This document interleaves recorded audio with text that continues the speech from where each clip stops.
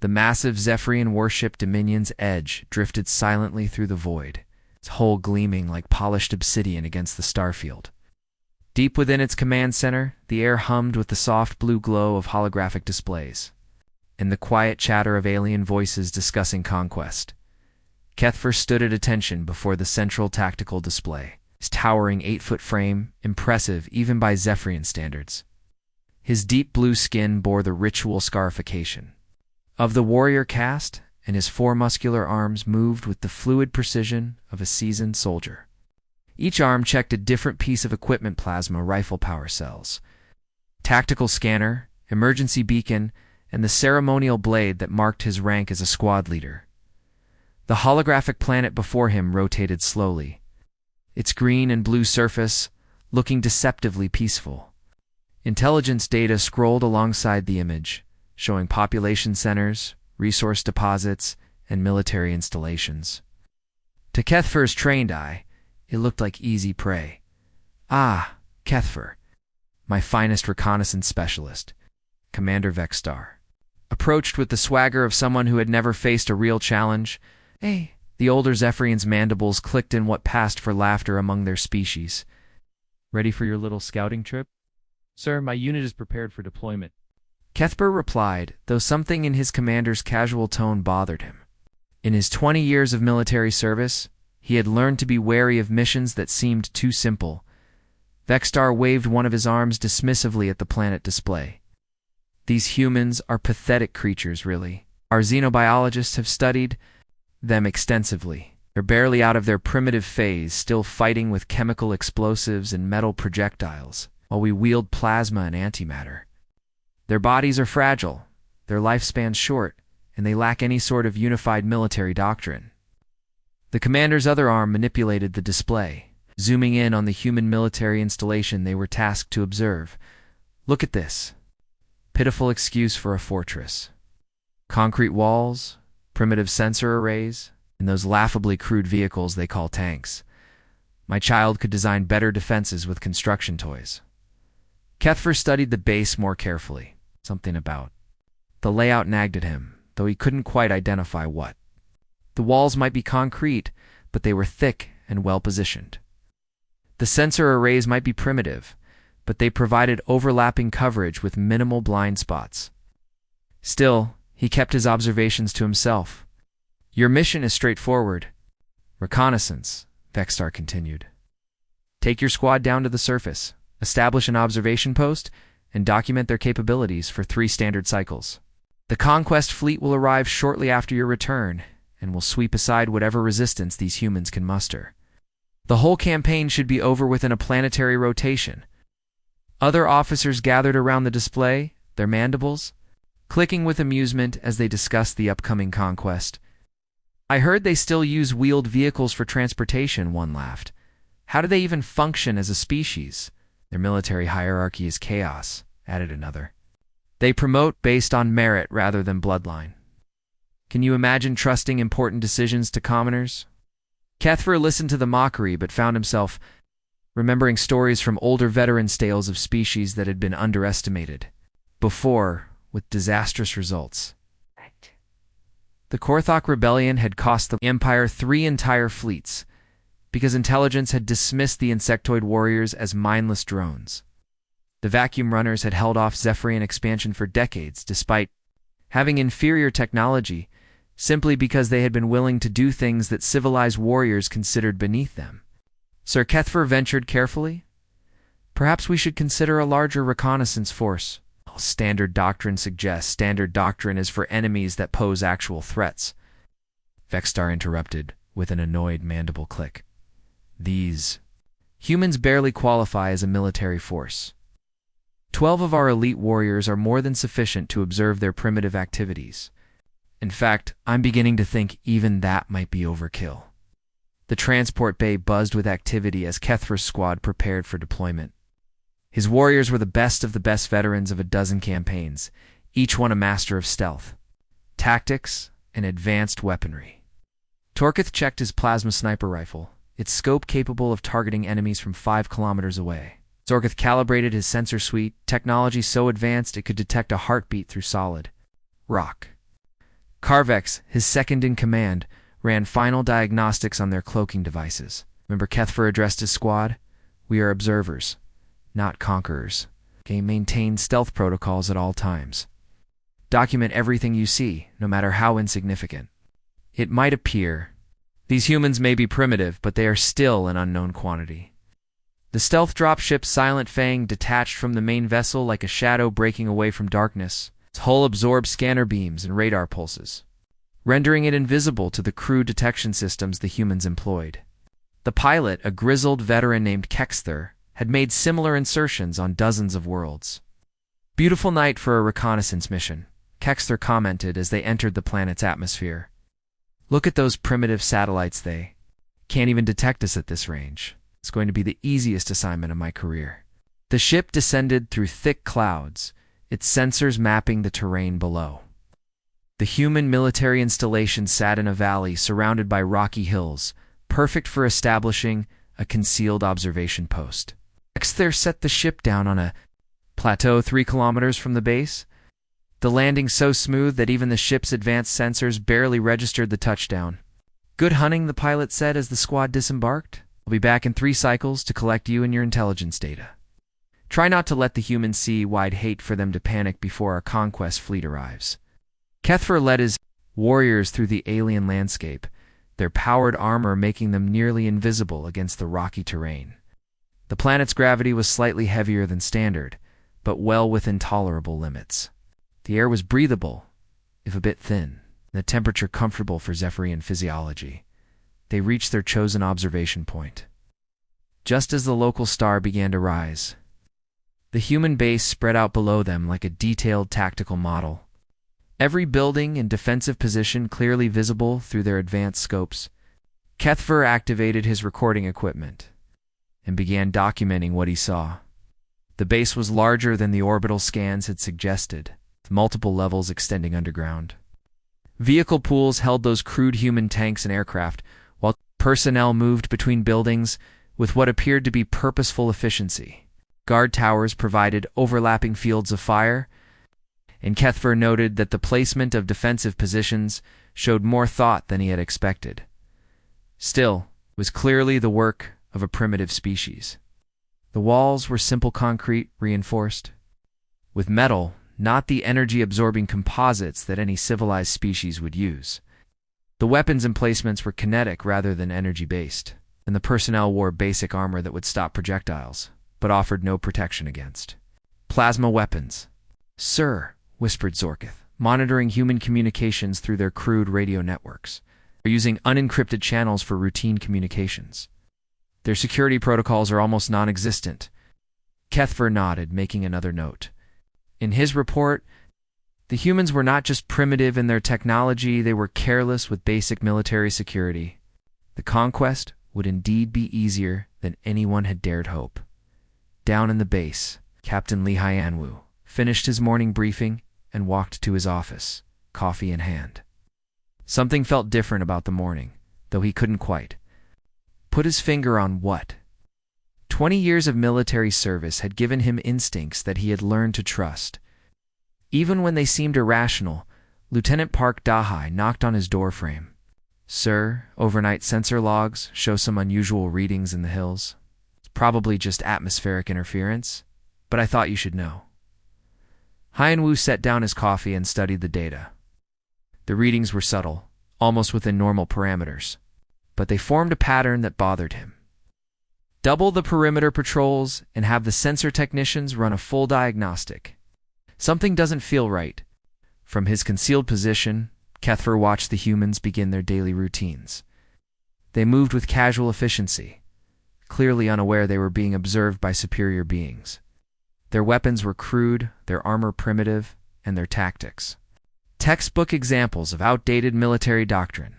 This would be the easiest reconnaissance mission of his career. The humans were exactly what Command had predicted: weak, primitive, and completely unprepared for what was coming. In 3 days, he would return with intelligence that would make the conquest a mere formality.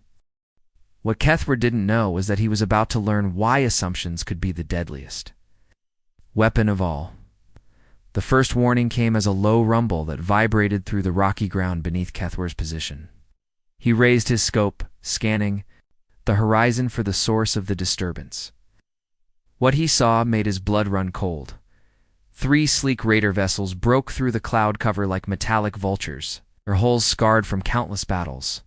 These weren't the crude human ships he had expected to encounter.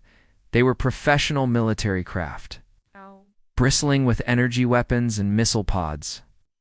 The ships moved with predatory grace, circling the human base like wolves surrounding wounded prey. Sir Zorkith whispered, his voice tight with concern. Those aren't human vessels. Configuration matches the Talon Syndicate mercenary raiders from the Outer Rim. Kethvar's mandibles clicked in surprise. The Talon Syndicate was notorious throughout the galaxy for their brutal efficiency. They specialized in lightning raids against poorly defended colonies, striking fast and hard before disappearing into the void. If they were here, it meant someone had hired them to test human defenses or simply to eliminate the colony entirely. This should be interesting, Corvex muttered, adjusting his recording equipment. We get to watch humans face real military opposition. This massacre should provide excellent intelligence on their combat capabilities. The raider ships opened. Fire without warning. Plasma bolts streaked down from the sky, punching through the base's outer defenses like hot knives through flesh. Explosions bloomed across the compound as fuel depots and vehicle pools erupted in balls of orange flame. The attack was textbook perfect, overwhelming firepower applied with surgical precision to maximize chaos and minimize organized resistance. Kethvar expected to see the humans break and run. Any rational species would evacuate or surrender when faced with such overwhelming force. Instead, what he witnessed defied every tactical manual he had ever studied. The moment the first plasma bolt struck, the human base transformed from a sleepy military installation into something that resembled a disturbed nest of predatory insects. Soldiers poured from buildings not in panic, but with purposeful urgency. Alarm klaxons wailed across the compound, but beneath the noise, Kethvar could hear human voices shouting orders, coordinating responses. Adapting to the attack in real time, Sergeant Kim Minho appeared at the center of the chaos, his voice cutting through the explosions like a blade. Second platoon, southern perimeter. Third platoon, get those anti-air batteries online. Medical teams established triage in the underground bunkers. What amazed Kethvar was how quickly the humans moved. There was no confusion, no hesitation, just immediate coordinated action. Lieutenant Park High sprinted toward the eastern defenses, gathering soldiers as she ran. Follow me. We used the maintenance tunnels to get behind their landing zone. The raider ships touched down in the cleared area beyond the base perimeter, their cargo bays opening to disgorge waves of armed mercenaries. Kethvar counted at least 200 attackers heavily, armed professionals with military-grade equipment and superior numbers. The human garrison couldn't have more than 60 defenders, and half of them were support personnel, not combat troops. This will be over in minutes, Torkith observed, tracking the raiders through his sniper scope. The humans are completely outmatched. But as the raiders advanced on the base, something unexpected happened. The humans didn't fall back to defensive positions or try to hold the walls. Instead, they seemed to melt away like smoke, disappearing into the very structure of their base. The raiders found themselves attacking empty buildings while defenders struck from unexpected angles. Private Choi Sundri couldn't have been more than 20 years old, his face still bearing the soft look of someone barely out of training. When the eastern wall was breached, he found himself alone in the medical bay with nothing but basic supplies and cleaning equipment. Any reasonable person would have hidden or fled.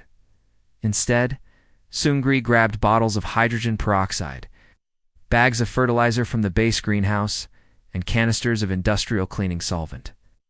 Kethvar watched in fascination as the young human mixed chemicals with the casual confidence of someone following a recipe. Within minutes, he had created a series of improvised explosive devices that would have impressed professional demolitions experts. When the first wave of raiders smashed through the medical bay door, they walked directly into Sungri's trap. The explosion was so powerful, it brought down the entire eastern section of the building, crushing a dozen attackers under tons of concrete and steel. The young human had turned everyday supplies into weapons of devastating effectiveness. Impossible, Zorkith breathed. Not even a trained soldier. How did he know how to do that? Captain Hyanwu had established his command post in the communications center, a reinforced bunker designed to withstand artillery strikes. When Raider plasma fire cut through the building's defenses like paper, the captain found himself trapped with failing equipment and no way to coordinate his scattered forces, instead of surrendering. Hyanwu did something that left Kethfer speechless. The human officer jury-rigged a communications system using parts from damaged radios, emergency beacons, and even pieces of destroyed equipment. Within minutes, he had re-established contact with his units using a cobbled-together network that shouldn't have worked according to any known principles of technology. Alpha Team, this is Base Command. Use the storm drains to reach the landing zone. Bravo Team, fall back to secondary positions and prepare for a counterattack. Charlie Team, prepare to detonate the fuel depot on my signal.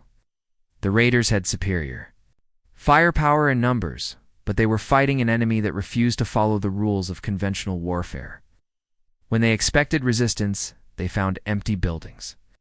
When they thought they had secured an area, explosions erupted from underground.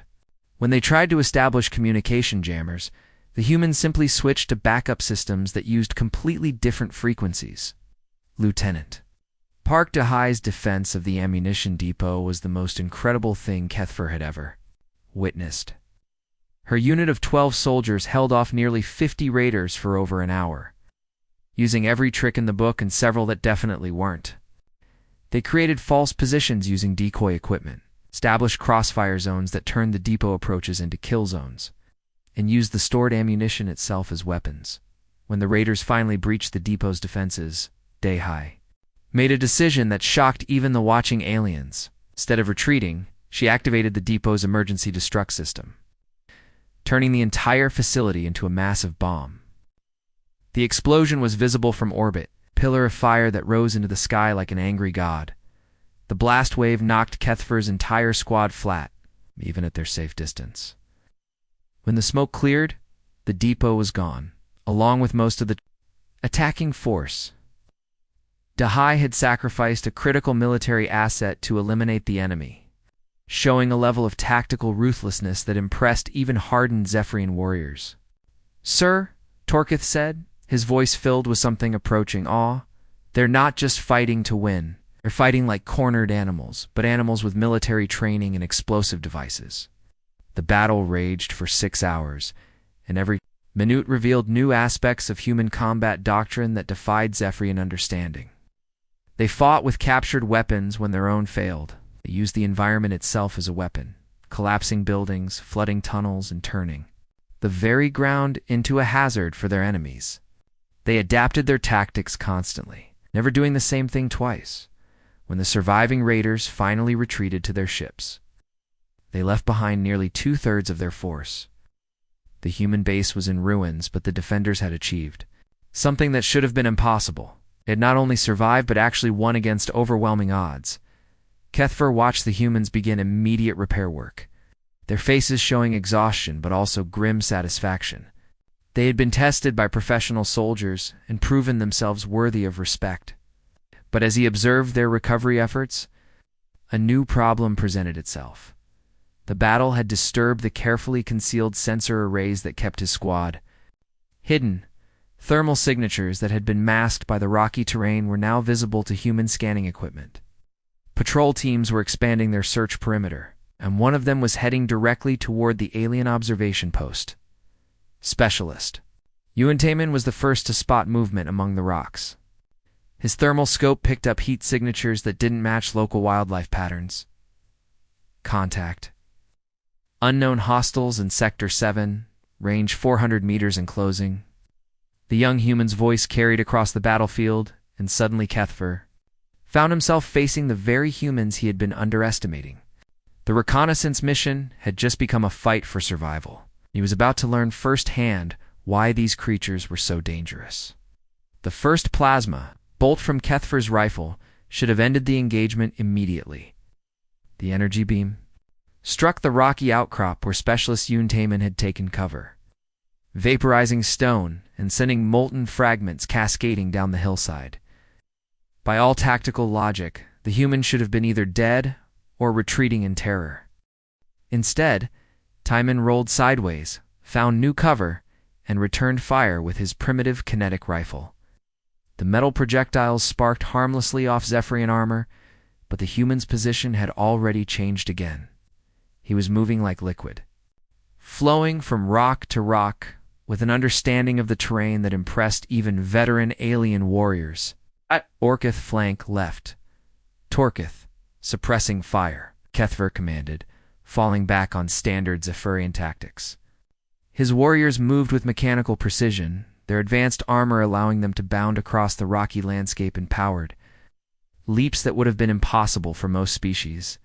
But as they maneuvered, more human voices began echoing from the surrounding hills. Contact confirmed. Multiple unknown hostiles, heavily armed, requesting immediate backup. Within minutes, the single human had become 5, then 10, then an entire tracking team converging on their position. Kethfer realized with growing unease that they had stumbled into something far more dangerous than a simple patrol encounter. Corporal Jinborm arrived on the scene like a predator, scenting blood. She studied the alien tracks with the methodical patience of someone who had spent years hunting dangerous prey. Her team spread out in a search pattern that seemed random but actually formed an intricate net designed to funnel their quarry in specific directions. "These tracks are deep," she reported to Captain Haiyan Wu over her radio. "Heavy armor, possibly powered. The spacing suggests their not human stride length is too long. Gait pattern is wrong. We're dealing with genuine aliens here, sir." Haiyan Wu's response crackled through her earpiece. "Understood. Rules of engagement remain unchanged. These beings attacked our position and killed our people. Track them down and eliminate the threat." Bioram smiled grimly. She had been hoping for a real challenge after years of chasing smugglers. "And pirates?" "Copy that, sir. Moving to pursue." The withdrawal began according to Zephyrian military doctrine.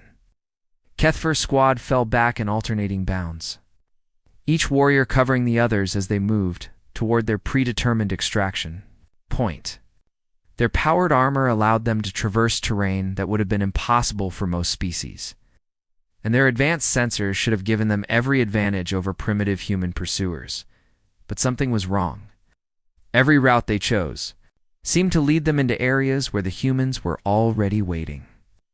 Motion detectors disguised as ordinary rocks began tracking their movements, feeding information to hidden observers who remained invisible despite the aliens' advanced scanning. Equipment Yexmore was the first to die.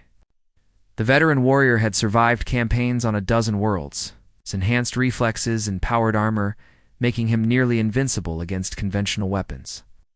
He never saw the pressure plate hidden beneath loose stones on what appeared to be a safe path through the rocky terrain. The explosion wasn't from any military ordnance the Zephyrians recognized. Instead of standard high explosives or plasma charges, the humans had created their improvised mine from medical oxygen tanks, agricultural fertilizer, and cleaning chemicals. The blast was crude but devastatingly effective, sending shrapnel through gaps in Yexmore's armor that the designers had never anticipated. Medic Kurvek shouted, rushing to his fallen comrade. But there was nothing left to treat. The human device had been specifically designed to kill, not wound, and it had succeeded with brutal efficiency. "They're using improvised explosives," Kethfer reported grimly. "Made from civilian supplies." "How did they know our armor's weak points?" The answer came in the form of another sniper shot that nearly took Zekthus's head off. Private Li Donghook had positioned himself on an overlooking ridge with a rifle that belonged in a museum. The weapon was older than some stellar civilizations, firing simple metal projectiles propelled by chemical explosives. By every measure of military technology, it should have been useless against advanced alien armor. But Donghook wasn't aiming at the armor. He was targeting the joints, the sensor arrays, the power coupling that connected the helmet to the chest. Peace. His shots weren't trying to penetrate the armor, they were trying to disable it.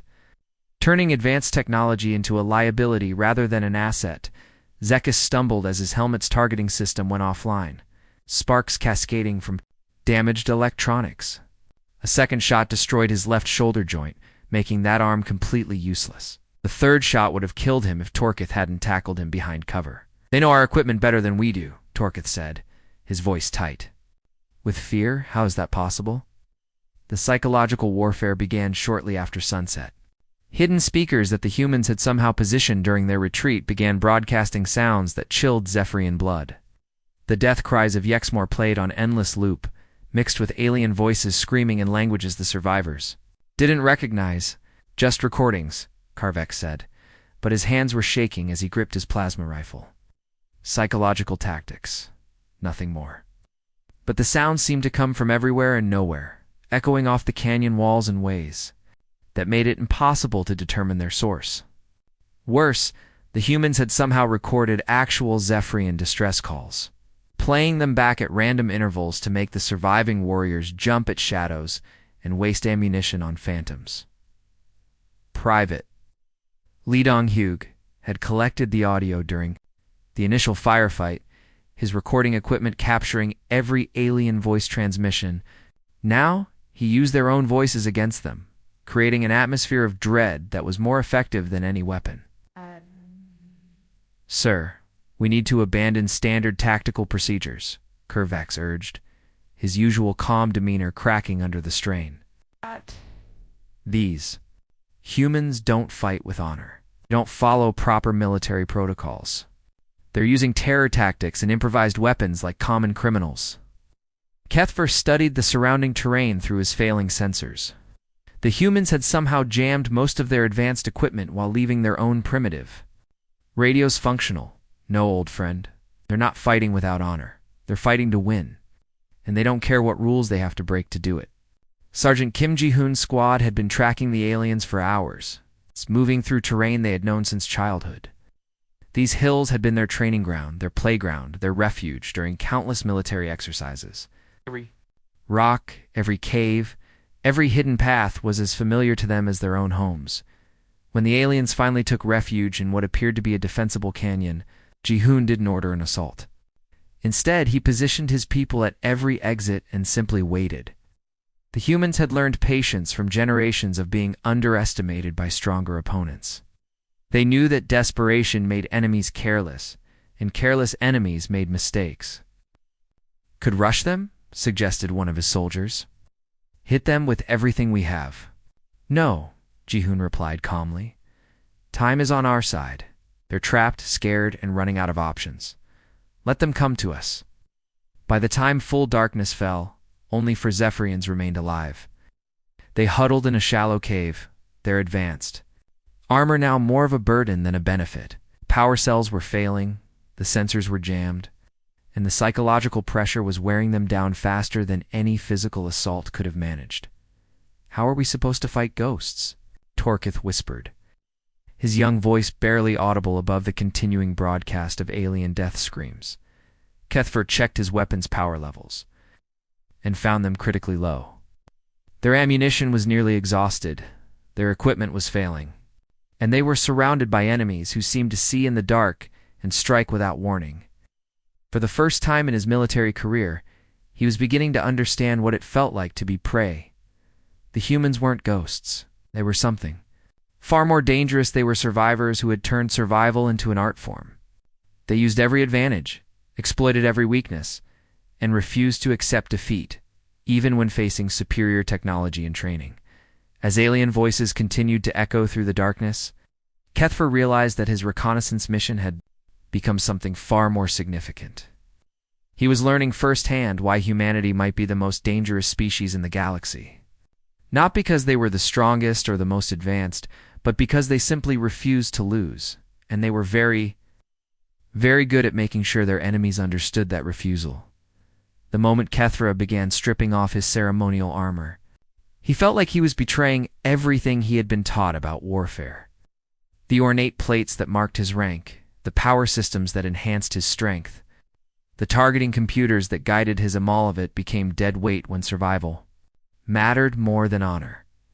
His remaining warriors watched in shock as their commander discarded thousands of years of military tradition.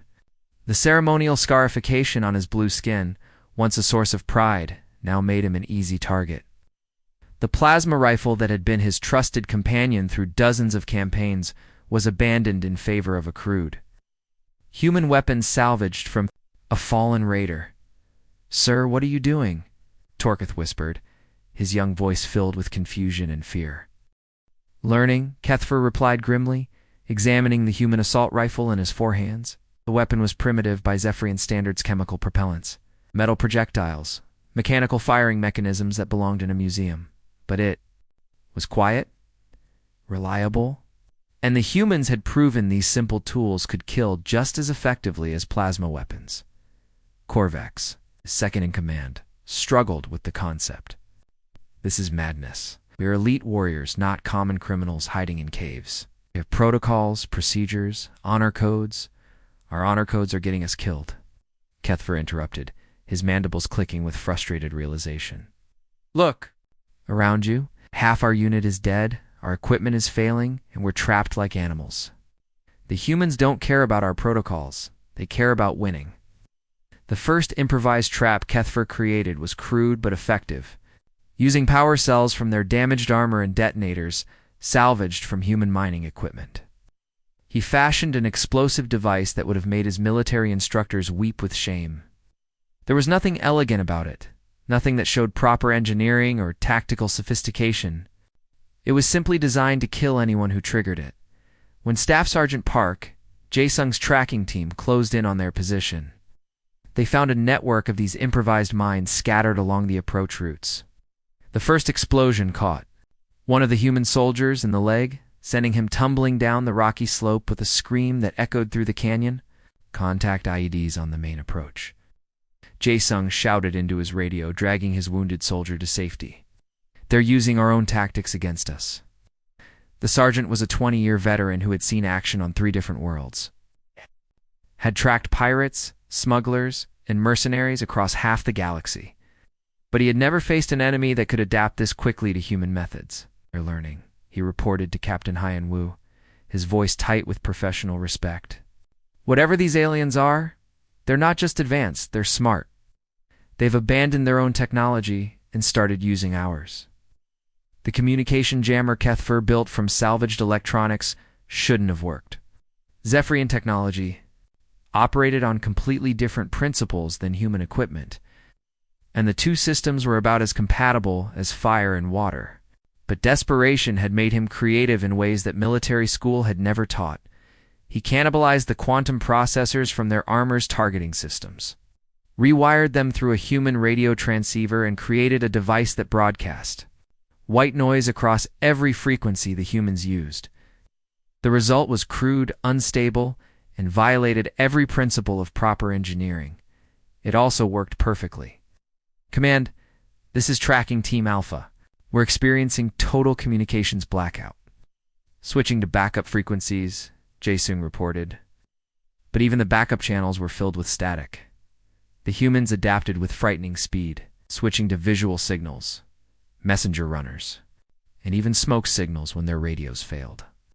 Kethfer watched them through salvaged binoculars, amazed at how quickly they abandoned high technology when it became a liability. The second wave of raiders arrived like a hammer blow from the sky. 3 more ships, larger than the first group, filled with professional soldiers who had learned from the earlier attack's failure. They came in fast and hard, their weapons systems lighting up the canyon with energy beams that turned rock to molten glass. Kethfer found himself caught between 2 forces that wanted him dead. The humans still considered him an enemy, but the raiders saw him as a witness to be eliminated. When plasma bolts began falling like rain around his position, survival became more important than choosing sides. "Cease fire. Cease fire." "Captain." Hyan Wu's voice echoed across the battlefield as he realized the tactical situation had changed. "Enemy of my enemy is my friend. All units, focus on the raiders." The alliance that formed was born of necessity rather than trust. Private Lim Sujen found herself sharing a crater with Kethfer and Torkith. Their weapons pointed at the same enemy for the first time. The young human medic moved with the casual efficiency of someone who had learned to kill as naturally as she had learned to heal. "Cover me," she said to Kethfer, as if they had been fighting together for years. "I'm going to try to reach that wounded soldier." Kethfer watched in amazement as Sujin sprinted across open ground under heavy fire, her medical kit bouncing against her back. She reached the injured human, applied field dressings, while raiders shot at her from 3 different directions, then dragged him to safety with strength that seemed impossible for her small frame. "Why do you fight so hard?" Kethfer asked during a brief lull in the battle. Genuinely curious about what drove these incredible creatures, Sujin was reloading, her rifle with practiced motions, her hands never stopping even as she answered, "'Cause if we don't, we die. And if we die, the people we protect die. It's that simple." The simplicity of her answer hit Kethfer like a physical blow. Seferian warriors fought for honor, for glory, for the expansion of their empire. Humans fought for something far more basic and far more powerful: the right to exist. Every battle was a matter of species survival. That knowledge made them capable of things that civilized warriors would never consider. Captain Hyan Wu's leadership during the 3-day battle was a masterclass in adaptive warfare. He didn't command from a safe bunker or rely on predetermined tactical plans. Instead, he moved through the battlefield like a conductor, orchestrating a deadly symphony, appearing wherever he was needed most. "Lieutenant Ojamin, take your explosives. Team and bring down that ridge. Create a choke point for the raiders' ground forces," he commanded, then turned to Kethfer without missing a beat. "Your people have energy weapons that can punch through their armor. Can you provide covering fire while we maneuver?" The alien warrior found himself nodding before he fully realized what he was agreeing to. Hyan Wu's tactical instincts were so sharp, his adaptations so perfect for each new threat, that even enemy soldiers wanted to follow his lead. "Torkith, target their heavy weapons platform," Kethfer ordered, falling into the human command structure as naturally as breathing. "Curvex, watch our left flank." Now these humans know what they're doing. The battle that followed was unlike anything in Kethfer's military experience. Humans and aliens fought side by side, sharing ammunition, covering each other's retreat, and adapting their tactics in real time to meet each new threat. The raiders had superior numbers and equipment, but they were facing an enemy that refused to be defeated. When the raider commander tried to establish a stronghold in the canyon's mouth, Hyan Wu turned the terrain itself into a weapon. Carefully placed explosives brought down tons of rock, sealing the invaders in a kill zone, where human knowledge of the landscape became more valuable than any advanced technology. "They're not just adapting to us," Curvex observed, watching. "Human soldiers use Zephyrian energy weapons with growing proficiency. They're adapting us to them, making us part of their fighting force." The final assault came on the 3rd day, when the surviving raiders made a desperate attempt to break out of the canyon. They found themselves facing a combined force that fought with human determination and alien technology, led by officers who had learned to think like their enemies while maintaining their own tactical advantages. When the last raider ship limped away into the sky, Kethfer stood among the human defenders, his armor gone, his weapons mixed with captured human equipment, his entire understanding of warfare transformed. He had learned something that would haunt him for the rest of his life. Humans didn't just adapt to war, they transformed it into something beyond conventional understanding. They made enemies into allies, turned disadvantages into strengths, and refused to accept defeat even when facing impossible odds. They were the most dangerous opponents in the galaxy, not because of their technology or their numbers, but because they simply would not stop fighting. And now Kethfer understood why his peoples planned. Conquest was doomed to fail. The stealth ship's silent whisper descended through the pre-dawn darkness like a ghost made of metal and shadows. Its cloaking systems bent light around its hull, making it invisible to the crude human sensors that swept the sky above the battered colony. Kethfer stood at the extraction point, alone among the rocks where his squad had first established their observation post just days ago. Days that felt like years, The ship's cargo bay opened with a soft hiss, and Kethfer stepped aboard without looking back. He couldn't bear to see the human base one more time. Couldn't watch those incredible creatures continuing their repairs and preparations, as if nothing had happened, as if they hadn't just proven that everything the Zephyrian Empire believed about warfare was wrong. The pilot, Kexter, glanced at the lone survivor with confusion. "Where's the rest of your squad, Commander?" The extraction beacon showed 12 signatures when you deployed. "Dead," Kethfer replied simply, settling into a crash seat as the ship lifted off. All of them dead. Through the viewport, he watched the human colony shrink below them. Even from this height, he could see the activity around the base vehicles. Moving supplies, construction crews, working on damaged buildings, patrols, securing the perimeter. The humans had already begun rebuilding, adapting, preparing for whatever came next. They never stopped, never rested, never accepted that defeat was even possible. The journey back to the command ship took 6 hours. Kethfer spent the time staring into space, trying to process everything he had witnessed. The casual way Private Sujin had discussed fighting to the death. Captain Hyenwoo's ability to turn every setback into an advantage.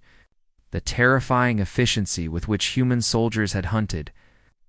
His elite warriors through terrain they had never seen before. Most disturbing of all was his own transformation. He had abandoned every principle of Zephyrian military doctrine thrown away thousands of years of tradition and learned to fight like a human. And it had worked. The desperate, improvised tactics that would have shamed his instructors had kept him alive, when proper military procedures would have gotten him killed.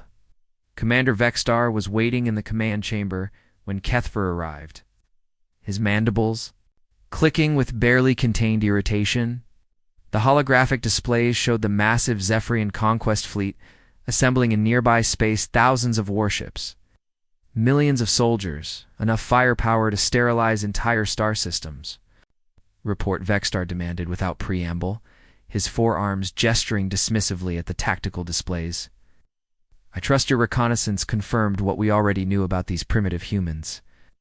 Kethfer straightened to attention, choosing his words carefully. "Sir, the humans are not what our intelligence reports indicated.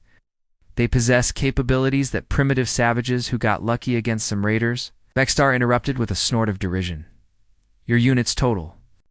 Failure was obviously due to overconfidence and poor tactical discipline. The Conquest fleet deploys in 10 standard cycles, and this embarrassing episode will be forgotten once we demonstrate proper Zephyrian military superiority. The casual dismissal of his warriors' deaths made Kethfer's blood boil. These weren't just statistics to be explained away. They were elite soldiers who had died learning truths that could save the entire fleet. "Sir, with the greatest respect, deploying the Conquest fleet would be a catastrophic mistake. These humans possess adaptive capabilities that our intelligence has severely underestimated. They fight with enough." Vexstar's mandibles clicked. With fury, his skin darkening to the deep blue that indicated extreme anger. "You return from a simple reconnaissance mission with your entire unit dead, your equipment lost, and your mind apparently broken by whatever trauma you experienced. You will report to medical for immediate psychological evaluation and treatment." As security guards moved to escort him away, Kethfer caught a glimpse of the fleet deployment charts displayed on the command chamber's main screen. Ship after ship, battle group after battle group, all preparing to face an enemy that their commanders refused to understand. The tactical projections showed quick victories, minimal casualties, and rapid territorial conquest. They were planning to fight humans as if they were just another primitive species to be conquered and enslaved. The same assumptions, the same arrogance, the same fatal blindness that had gotten his entire squad killed. Sir Kethfer called out as the guards reached him. "At least review the tactical recordings from our mission. See what these humans are actually capable of before there are no tactical recordings." Another officer interrupted, consulting his datapad. "All equipment was destroyed or abandoned. We have no reliable intelligence from this mission, except the testimony of one traumatized survivor." The medical bay was sterile and quiet, filled with the soft hum of diagnostic equipment and the gentle, blue glow of healing chambers. The chief medical officer, Dr. Yexkira, examined Kethver with the detached professionalism of someone who had treated countless cases of combat stress. Severe psychological trauma, she concluded after running her scans. Guilt over unit casualties, possible hallucinations, exaggerated threat assessment of inferior species. Classic symptoms of battlefield breakdown. I recommend memory adjustment therapy to remove the traumatic experiences. No, Kethver said firmly. I need to remember everything. Someone has to remember what really happened down there. Dr. Yexkira's mandibles clicked with sympathy. The memories are causing you distress. Why torture yourself with painful experiences? That serve no purpose? 'Cause they serve every purpose, Kethver thought, but didn't say. Because understanding these humans might be the only thing that saves our species from annihilation. In his quarters, Kethver began to write.